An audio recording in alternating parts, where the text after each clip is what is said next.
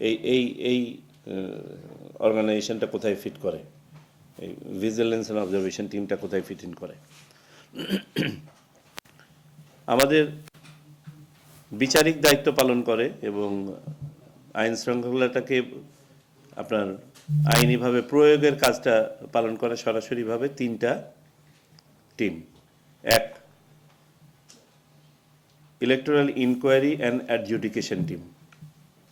আগে এই টিমটাকে বলা হতো শুধু ইলেকটোরাল ইনকোয়ারি কমিটি বলা হতো, এবারে আইনে পরিবর্তন এনে এখানে অ্যাডজুডিকেশনের দায়িত্বটাও দেয়া হয়েছে। এটি একটি বিচারিক কমিটি, যুগ্ম জেলা জজ বা যুগ্ম মেট্রোপলিটন ম্যাজিস্ট্রেটের নেতৃত্বে এই টিমটা কাজ করে থাকে। যেমনটা নামটা বোঝা যাচ্ছে যে এটা ইনকোয়ারির কাজও করে, আবার অ্যাডজুডিকেশনের কাজও করবে এখন। তার মানে তারা তদন্তও করতে পারবে। এই তদন্ত তারা কোনগুলো করবে? তারা সুও মোটো তদন্ত করতে পারে, তাদের কাছে কোনো রিপোর্ট হলে পারে সেটা দিয়ে তদন্ত করতে পারে, নির্বাচন কমিশন বা রিটার্নিং অফিসার কর্তৃক প্রেরিত কোনো বিষয়েও তদন্ত করতে পারে।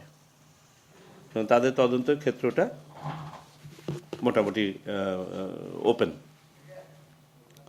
এবং তারা নির্বাচন কার্যক্রম পরিচালনার সাথে যারা সম্পৃক্ত আছে তাদেরও যদি কোনো অনিয়ম পায় সেটাও তদন্ত করতে পারে।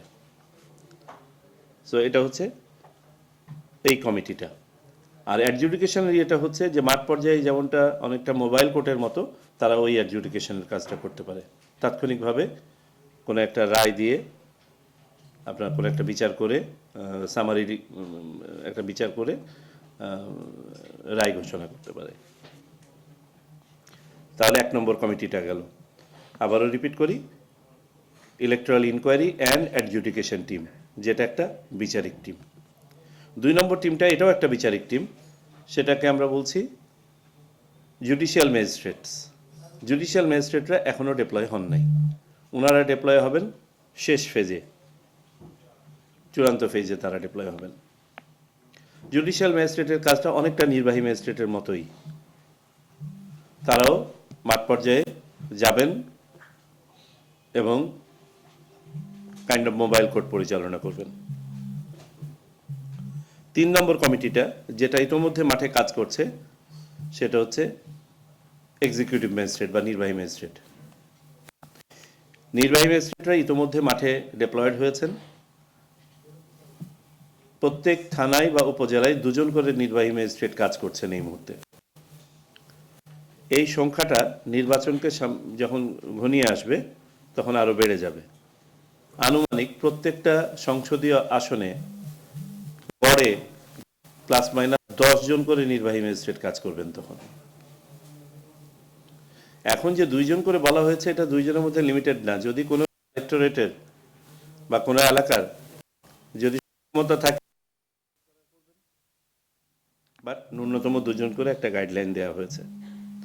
সো আমরা 3টা বিচারিক, মানে বিচার করতে পারে এরকম সক্ষমতা সম্পন্ন এবং শাস্তি দিতে পারে সক্ষমতা সম্পন্ন কমিটি পেলাম। Electoral inquiry and adjudication team পেলাম, জুডিশিয়াল ম্যাজিস্ট্রেট পেলাম, নির্বাহী ম্যাজিস্ট্রেট পেলাম। এরপরে আছে 2টো কমিটি, তার মধ্যে একটা হচ্ছে সার্ভেলেন্স অ্যান্ড অবজারভেশন কমিটি। এটা নিয়ে আমি পরে বিস্তারিত বলছি, যেটার সদস্য আপনারা সবাই।